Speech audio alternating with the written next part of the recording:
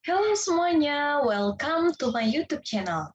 So, perkenalkan nama saya Putu Sri Mahyuni dari kelas 2D MBI dengan NIM 20157444044. Nah, di kesempatan kali ini kita akan belajar pajak, teman-teman semua.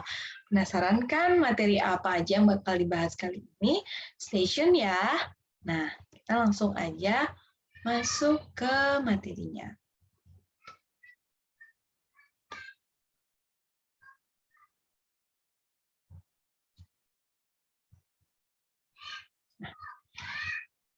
Yang pertama ada pajak penghasilan umum. Nah, dasar hukumnya, pajak penghasilan atau PPH adalah pajak yang dikenakan terhadap orang pribadi maupun badan berdasarkan jumlah penghasilan yang diterima selama 1 tahun. Ketentuan mengenai PPH pertama kali diatur dalam 1 tahun. Ketentuan mengenai PPH ini dimuat dalam Undang-Undang Nomor 36 Tahun 2008 tentang Pajak Penghasilan. Kemudian ada subjek pajaknya, itu ada orang pribadi, warisan yang belum terbagi sebagai satu kesatuan menggantikan yang berhak, terus terhadap suatu badan, entah itu PT, CV, BUMN, BUMD, perseroan lain, atau firma, koperasi, dan lainnya. Kemudian yang terakhir ada bentuk usaha tetap atau BUT. Nah, next itu ada objek pajak.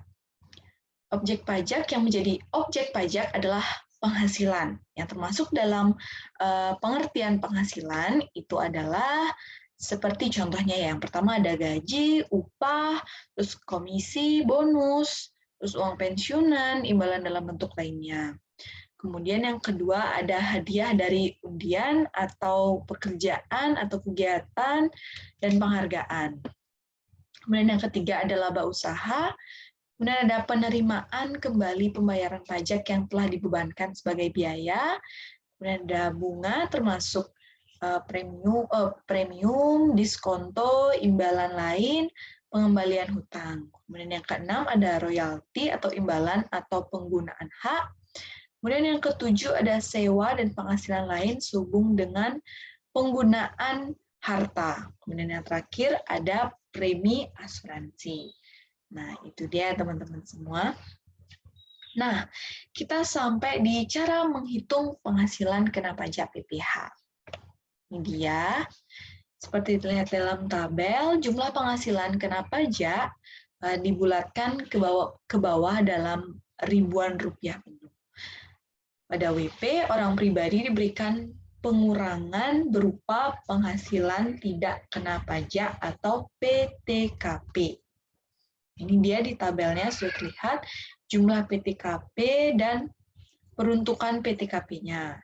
Itu apabila jumlah PTKP 54 juta, maka itu untuk diri WP, kemudian 4.500.000 untuk tambahan WP yang kawin, kemudian 4.500.000 untuk tambahan setiap anggota keluarga WP maksimal 3 orang. Seorang anak baru dapat menambah jumlah PTKP pada tahun setelah tahun kelahirannya. 54 juta juga tambahan untuk istri yang penghasilannya digabung dengan penghasilan suami. Gitu ya teman-teman semua. Dan untuk WP orang pribadi yang peredaran brutonya kurang dari 4,8 dapat mengajukan permohonan menggunakan norma dalam perhitungan penghasilan itu kepada Direktur Jenderal Pajak. Wow. Semoga teman-teman mencerna dengan baik ya materi hari ini. Nah, kita sampai ke contoh soal. Nah, ini dia ada contoh soal nih teman-teman semua. Dana pensiun A yang pendiriannya telah mendapatkan pengesahan Menteri Keuangan memperoleh penghasilan bruto sebagai berikut. Ini dia penghasilan brutonya. Nah, langsung aja ya kita ke cara menjawabnya. Kalian bisa lihat contoh soalnya ini. Yang ditanya adalah berapakah besarnya penghasilan kena pajak dana pensiun A. Nah, di sini ada penghasilan bruto kena pajak 6 miliar per 800 miliar dengan 75%-nya. Maka biaya yang boleh dikurangkan terhadap penghasilan bruto adalah sebesar 75% dikali 500 miliar, itu menjadi 375 miliar. Jadi penghasilan kena pajak adalah sebesar 600 miliar dikurangi 375 miliar atau sekitar 225 miliar. Ini ya cara menghitungnya, teman-teman. Nah, kita sampai di subbab itu tarif pajak PPh. Besarnya tarif PPh untuk WP dalam negeri menurut Undang-Undang Nomor 36 Tahun 2008 adalah sebagai berikut. WP orang pribadi dalam negeri. Nah, di sini ada tabel lapisan penghasilan kena pajak PPh sampai dengan 50 juta itu 5%, di atas 5 juta sampai dengan 250 juta itu 15%, di atas 250 juta sampai 500 juta itu kena 25%, dan di atas 500 juta itu kena 30%. Nah, itu bisa disesuaikan ya teman-teman semua, dari contoh soal sebelumnya juga itu disesuaikan berapa penghasilan dan berapa kena persentase dari penghasilan tersebut. Nah, yang kedua ada WP Badan Dalam Negeri dan WP BUT adalah sebesar 20%. Nah, next. Ini ada contoh soal lagi ya teman-teman. Ini ada PPh terutang dan harus dilunasi oleh WP dalam negeri dan BUT dengan cara menghasilkan penghasilan kena pajak dengan tarif pajak. Contoh-contoh ini melanjutkan contoh perhitungan penghasilan kena pajak yang sebelumnya nih teman-teman semua. Ini terdapat dana pensiunan A. Penghasilan kena pajak adalah sebesar 225 juta, maka tarif PPh badan tahun 2016 itu sebesar 25%. PPh terutang dana pensiunan A 25% dikali 225 juta itu sebesar 56.250. Nah, wah, kita sudah sampai nih ya. Tadi kalian bisa cari lagi contoh-contoh soal untuk perhitungan PPh sebelumnya. Nah, sekarang kita masuk ke PPh pasal 21 dan 26. Dasar hukum PPh di pasal 21 itu adalah pajak penghasilan sehubungan dengan pekerjaan, jasa, dan kegiatan yang dilakukan oleh subjek pajak WP orang pribadi dalam negeri atau WP OPDN. Disebut PPh pasal 21 adalah pajak atas penghasilan berupa gaji, upah, honorarium, tunjangan, dan pembayaran lain dengan nama dan dalam bentuk apapun sehubung dengan pekerjaan atau jabatan, jasa, dan kegiatan yang dilakukan oleh orang pribadi. Kemudian wajib pajak PPh pasal 21 itu ada pegawai, olahragawan, penasehat, pengajar, pelatih, penceramah, penyuluh, dan moderator. Kemudian yang keempat ada pengarang, peneliti, dan penterjemah. Kemudian yang terakhir ada pengawas atau pengelola proyek. Dalam menghitung penghasilan itu, ya teman-teman semua. Oh, maaf. Lewat. Nah, sampai di sini. Dalam menghitung penghasilan itu, untuk penghasilan sehubungan dengan pekerjaan yang diterima oleh pegawai tetap berdasarkan peraturan Dirjen Pajak Nomor 31 Tahun 2009, maka pengurang yang diperbolehkan untuk menghitung penghasilan itu adalah, nah ini dia biaya jabatan dan biaya pensiunannya teman-teman semua. Jadi biaya jabatan yang besarnya ada 5% dari penghasilan bruto setinggi-tingginya 500.000 sebulan atau 600.000 setahun. Kemudian biaya pensiun yang besarnya adalah 5% dari penghasilan bruto setinggi-tingginya, yakni 200.000 sebulan atau 2.400.000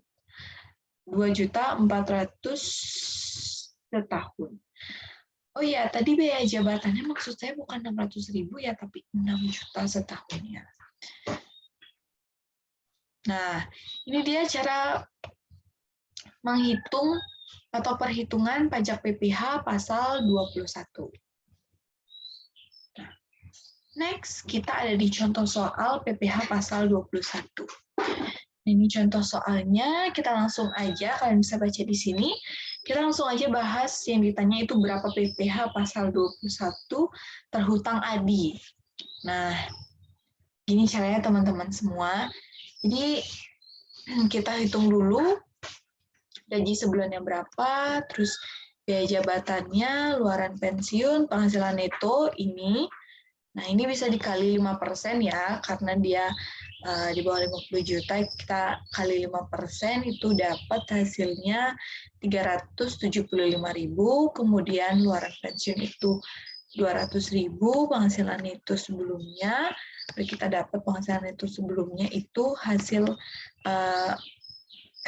perhitungan sebelumnya, penghasilan neto setahun adalah 12 dikali penghasilan neto sebelumnya itu ada 6.925.000, jadi hasilnya ada 83.100.000 rupiah.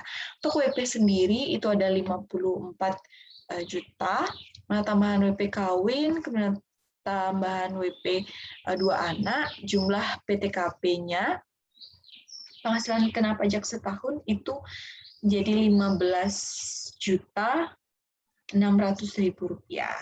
Nah, ini dia ya.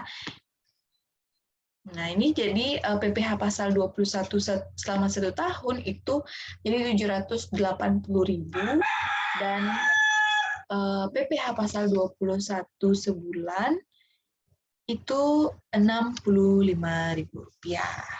Nah, biaya jabatan dapat dikurangkan pada penghasilan setiap orang yang bekerja sebagai pegawai tetap. Wah, nggak terasa nih kita sudah sampai di bab 3, di mana kita akan membahas PPh pasal 26. Nah, pengertian PPh pasal 26 itu pajak penghasilan pasal 26 adalah pajak penghasilan atas penghasilan yang diterima atau diperoleh wajib pajak luar negeri dari Indonesia selain penghasilan usaha yang diperoleh melalui BUT di Indonesia. PPh pasal 26 terutang oleh WP dalam negeri pada akhir bulan dilakukan pembayaran penghasilan atau PPh pasal 26 yang dipotong selanjutnya disetorkan ke bank, persepsi atau kantor pos atau giro menggunakan surat disetor pajak atau SSP. Nah,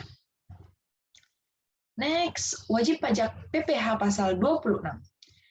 Yang dikenakan pemotongan pajak penghasilan pasal 26 adalah wajib pajak luar negeri baik orang pribadi atau badan lain, bentuk usaha tetap, dan menerima atau memperoleh penghasilan wajib pajak luar negeri yang dipotong PPh pasal 26 adalah merupakan.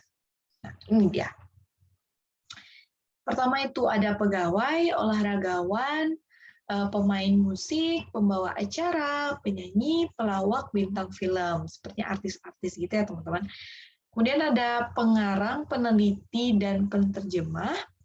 Kemudian ada pengawas atau pengelola proyek, petugas penjaga barang dagang, penerima royalti, dan itu dia tadi ya, saya tulis 2 penerima royalti. Nah, kemudian next kita akan bahas tentang objek pajak pasal PPh pasal 26. Penghasilan dipotong pajak penghasilan pasal 26 terhadap wajib pajak luar negeri di Indonesia adalah meliputi penghasilan-penghasilan berikut. Pertama itu ada penghasilan yang diterima atau diperoleh pegawai tetap baik berupa penghasilan yang teratur maupun tidak teratur. Kemudian yang kedua ada penghasilan yang diterima atau diperoleh penerima pensiun secara teratur berupa uang pensiun dan penghasilan sejenisnya.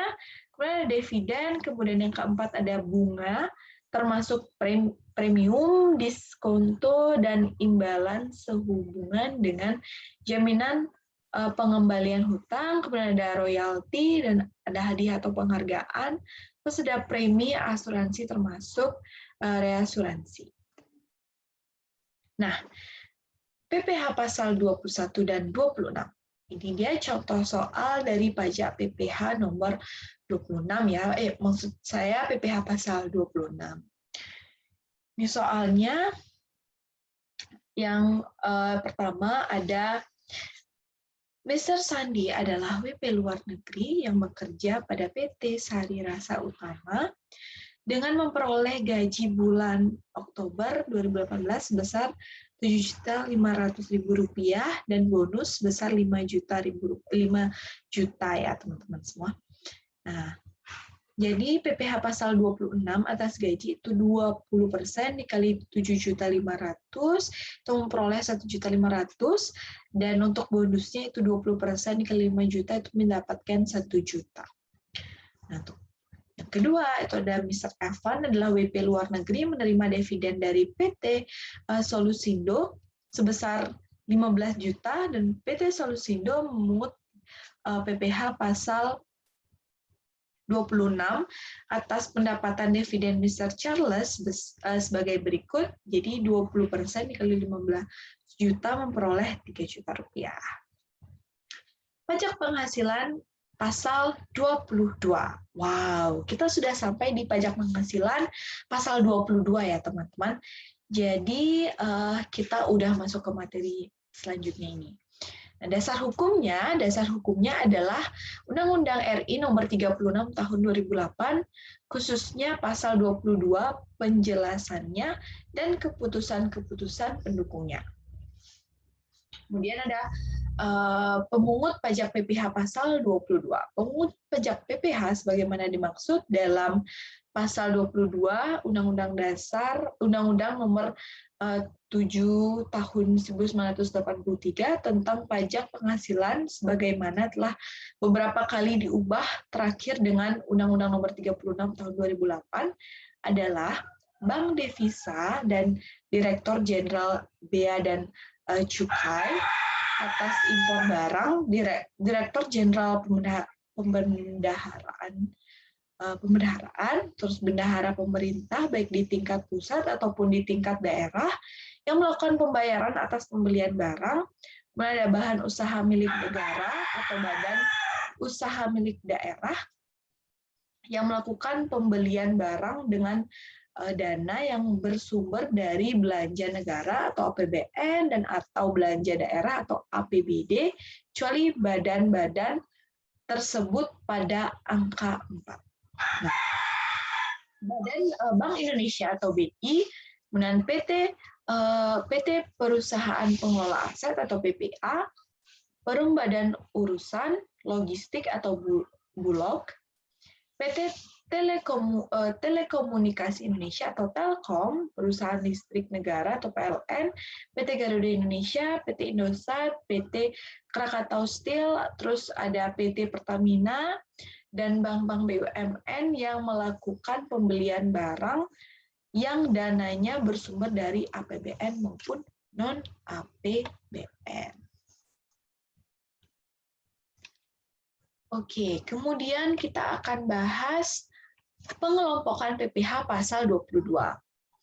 Nah, pembayaran PPh pasal 22 dilakukan melalui pemotongan dan dapat dibagi menjadi 3 kelompok, yaitu PPh pasal 22, bendaharawan pemerintah pusat atau daerah dan BUMN atau BUMD, dan PPh pasal 22 impor, PPh dan terakhir ada PPh pasal 22 yang dipungut badan-badan tertentu, baik badan pemerintah maupun swasta, berkenaan penyerahan hasil produksi dalam negeri. Kemudian ada objek pajak PPh pasal 20 pasal 26.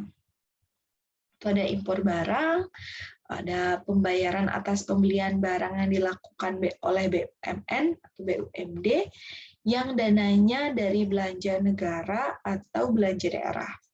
Ada pembayaran atas pembelian barang yang dilakukan oleh Direktorat Jenderal Anggaran, bendaharawan penjualan hasil produksi di dalam negeri, dan dilakukan oleh badan usaha yang bergerak di bidang industri, semen, kertas, baja, dan otomotif. Kemudian yang terakhir ada penjualan hasil produksi yang dilakukan oleh Pertamina dan badan usaha selain Pertamina yang bergerak di bidang bahan bakar minyak, jenis premix, dan gas.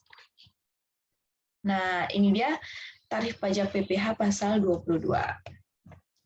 Ya. Nah, besarnya pungutan PPh pasal 22 atas pembelian barang oleh Direktorat Jenderal Anggaran,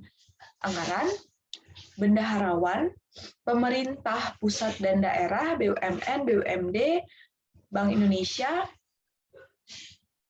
BPPN, Telkom, PLN, Indosat, Krakatau Steel, Pertamina, dan bank-bank BUMN adalah sebesar 1,5% dari harga pembelian. Nah, ini dia besarnya pungutan PPh pasal 22 atas penjualan di dalam negeri oleh industri semen, industri kertas, industri baja, dan industri otomotif adalah sebagai berikut.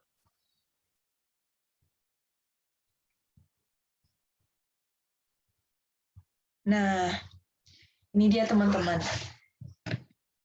Ini tabelnya ada industri semen itu 0,25% DPP PPN, kemudian industri kertas itu ada 0,1% DPP PPN, kemudian ada industri baja 0,3% DPP PPN tidak final, kemudian ada industri otomotif sebesar 0,45% DPP PPN.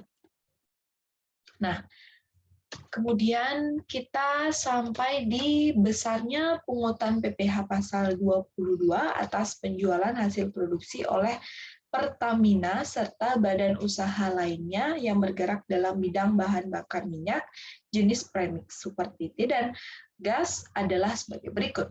Nah, ini dia tabelnya ya. Itu ada jenis bahan bakar, ada SPBU swastanisasi dan SPBU Pertamina. Yang pertama ada premium itu sebesar 0,3% dari penjualan dan 0,25% dari penjualan. Itu untuk SPBU Swastanisa dan SPBU Pertamina. Kalian bisa lihat tabelnya di sini untuk jenis bahan bakar lainnya. Nah, ini dia contoh penghitungan pajak PPh pasal 22. Ini ya teman-teman semua bisa lihat itu ada contoh soalnya. Nah, kita sampai di pajak penghasilan pasal 23. Nah, kita udah nggak sabar nih kan bahas penghasilan pajak penghasilan pasal 23. Nah, dasar hukumnya, pajak penghasilan PPh atau pasal 23 adalah pajak yang dipotong atas penghasilan yang berasal dari modal, penyerahan jasa, atau hadiah dan penghargaan, selain yang telah dipotong PPh pasal 21. Nah, PPh pasal 23 tentang pada akhirnya bulan dilakukannya pembayaran penghasilan atau akhir bulan teruntungnya penghasilan. PPh pasal 23 yang dipotong selanjutnya disetor ke bank, persepsi atau kantor pos 82 giro menggunakan surat setoran pajak atau SSP. Nah, subjek pajak PPh pasal 23 itu ada badan pemerintah, WP Badan Dalam Negeri, penyelenggaraan kegiatan, BUT, dan perwakilan perusahaan luar negeri lainnya. WP orang pribadi sebagai WP dalam negeri yang ditunjuk oleh Kepala Kantor Pajak atau KPP sebagai pemotong PPh pasal 23 atas pembayaran berupa jasa yaitu akuntan, arsitek, dokter, pejabat pembuat akte tanah atau PPAT, kecuali PPAT tersebut adalah camat, pengacara, dan konsultan yang pekerjaan bebas. Kemudian ada orang pribadi yang menjalankan usaha dengan pembukuan. Nah, kita lanjut ke materi objek pajak PPh pasal 23. Ini ada objek-objek pajak PPh pasal 23 itu diantaranya ada dividen, bunga termasuk premium, diskonto, dan imbalan sehubung dengan jaminan pengembalian hutang. Kemudian ada royalti, ada hadiah dan penghargaan, selain yang telah dipotong pasal PPh pasal 21 ya teman-teman. Kemudian ada imbalan sehubungan dengan jasa teknik, jasa manajemen, konstruksi, konsultan, dan jasa lainnya, selain yang telah dipotong PPh pasal 21. Kemudian yang terakhir ada sewa dan penghasilan lain sehubung dengan penggunaan harta selain sewa atas tanah dan atau bangunan. Baik. Next, kita akan bahas dasar pemotongan pajak dan tarif PPh pasal 23.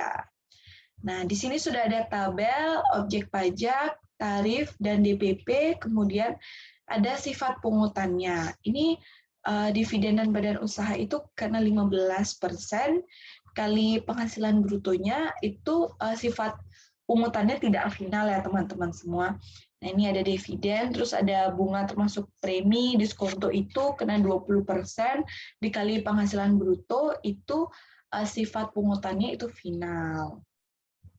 Dan kalau royalti itu dipungutnya 15% dikali penghasilan bruto, itu sifat pungutannya itu final. Terus hadiah atau penghargaan itu ada yang 25% dan 15% dikali penghasilan bruto, itu ada final dan tidak final, tergantung hadiahnya ya, hadiah undian atau penghargaan. Kemudian ada imbalan sehubung dengan jasa teknik dan lain-lain itu kena 2%, itu dikali penghasilan bruto, itu sifat pungutannya tidak final. Sewa dan penghasilan sehubungan dengan penggunaan harta itu kena 2% dikali dengan penghasilan bruto, itu sifat pungutannya tidak final. Nah, pengenaan pungutan pajak penghasilan pasal 23 terhadap wajib pajak yang tidak memiliki NPWP sebesar 100% lebih tinggi dibandingkan dengan memiliki NPWP. Nah, ini ada contoh soal dari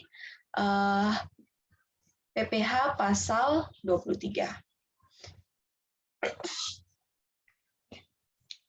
Mohon maaf, ini lewat. Nah, ini dia. Contoh PPh pasal 23. Ini dia contoh soalnya. Tuan Charles adalah WP OPDN, penerima dividen dari PT Solusindo sebesar 15 juta. Nah, ini dia ya contoh soal PPh pasal 23. Kalian bisa lihat juga contoh-contoh lainnya. Tapi ini contoh simpelnya itu dari contoh soal ini itu mendapatkan dividen sebesar 15 juta, jadi 10% ke 15 juta di 1.500.000. Kemudian selanjutnya itu memiliki deposit ya sebesar 30 juta. Kemudian bulan ini menerima bunga sebesar 7.750.000. Jadi KSP tersebut memotong PPh pasal 23 atas bunga yang dipotong ya teman-teman, yang dibayarkan kepada Tuan Suwandi sebagai berikut. Nah, ini bunganya yang dipotong, jadi 20% dikali 750.000 itu 150.000. Dan yang terakhir ada rumah makan selera istimewa ini ya. Nah, dia membayar royalti. Ini jika perhitungan membayar royalti sebesar 25 juta, jadi 15% dikali 25 juta itu ada 3.750.000. Nah, kita sampai di pajak penghasilan pasal 24. Nah, semoga teman-teman masih semangat ya untuk menyimak videonya, karena kita sudah sampai di materi pajak penghasilan pasal 24. Nah, pengertian pajak penghasilan pasal 24 adalah merupakan pajak penghasilan yang terutang atau dibayarkan di luar negeri atas penghasilan yang diterima, diperoleh dari luar negeri yang dapat dikreditkan terhadap pajak penghasilan yang terutang atas seluruh penghasilan wajib pajak dalam negeri. Tujuannya adalah untuk meringankan beban pajak ganda yang dapat terjadi karena pengenaan pajak atas penghasilan yang diterima atau diperoleh di luar negeri. Nah, penggabungan penghasilan. Untuk penggabungan penghasilan yang berasal dari luar negeri dilakukan sebagai berikut. Yang pertama, penghasilan dari usaha dilakukan dalam tahun pajak diperolehnya penghasilan tersebut. Kemudian penghasilan lainnya dilakukan dalam tahun pajak diterimanya penghasilan tersebut. Kemudian yang terakhir, penghasilan berupa dividen yang diperoleh wajib pajak dalam negeri atas penyertaan modal dalam tahun pajak pada saat perolehan dividen tersebut. Nah, kita bisa lihat ya teman-teman, jenis pajak yang dapat dikreditkan. Ini dia jenis-jenis pajak yang dapat dikreditkan. Ini saya kasih contoh perumpamaan. Itu ada soalnya di sini, PT Sinar Cemerlang Indonesia memegang saham tunggal dari AZ Inc. itu di negara X. AZ Inc. dalam tahun 2018 memperoleh keuntungan sebesar 1 juta US dollar. Pajak penghasilan yang berlaku di negara X adalah 40% dan pajak dividen adalah 30%. Perhitungannya adalah seperti berikut. 1 juta dolar itu keuntungan AZ Inc.-nya, dan pajak penghasilan ya. Pajak penghasilan atas AZ Inc.-nya itu 40%. Nah, ini dia. Penghasilan AZ Inc. setelah pajak penghasilan itu 600.000 dolar. Kemudian pajak atas dividen itu 30%.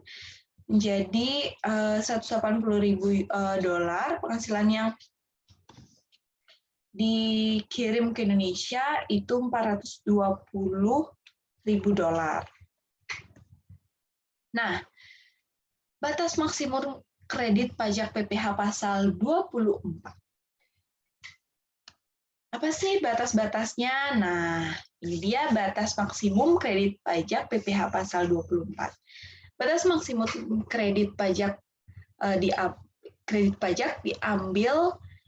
yang terendah dari unsur penghasilan berikut ini. Nah, jadi diambilnya itu yang terendah ya, teman-teman.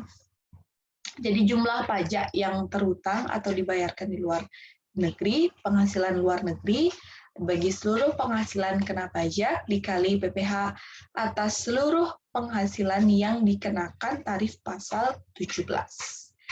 Jumlah pajak yang terutang untuk seluruh PKP dalam hal PKP adalah lebih kecil daripada penghasilan luar negeri. Jadi PKP itu yang termasuk dalam hal PKP itu adalah lebih kecil daripada penghasilan luar negeri. Nah, itu sampai di contoh penghitungan pajak PPh pasal 24. Nah, ini dia contoh perhitungannya. Selera rakyat berkedudukan di Indonesia memperoleh penghasilan itu dalam tahun 2015, yaitu di Belanda memperoleh penghasilan laba usaha sebesar 600.000, tarif pajak yang berlaku itu 30%, dan di dalam negeri menderita kerugian. Nah, di dalam negeri menderita kerugian sebesar 200 juta. Jadi hitunglah PPh pasal 24 atau kredit pajak luar negeri dari PT Sinar Gemilang tahun 2014. Nah, ini dia. Menghitung total penghasilan kena pajak, itu penghasilan dari Belanda itu 600.000 dan penghasilan dari dalam negeri 200 juta. Jadi jumlah penghasilan itunya ada 400 juta. Dan menghitung total PPh terutang, itu ada pajak terutang 25% dikali 400 juta, itu ada 100 juta. Kemudian menghitung PPh maksimum yang dapat dikreditkan, itu penghasilan luar negeri, bagi total penghasilan dikali total PPh terutang, itu menjadi 600 juta dibagi 400 juta dikali 1 juta, itu 150 juta. Menghitung PPh yang terutang atau dipotong di luar negeri, itu kenanya tarif pajak yang berlaku itu 30%, jadi 30% dikali 600 juta itu 180 juta. Nah, nggak kerasa nih teman-teman semua, itu tadi materi yang kita bahas mengenai pajak ya teman-teman. Nah, semoga teman-teman semua setelah menonton video ini bisa mendapatkan informasi mengenai materi pajak yang sudah saya sampaikan tadi.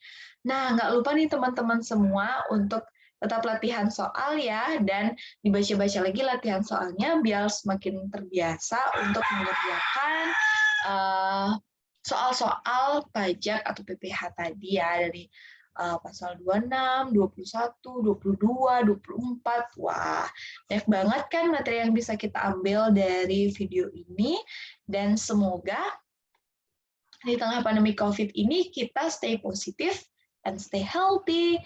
Oke, saya mengucapkan thank you for attention, thank you for watching, sampai jumpa di video berikutnya. Bye-bye!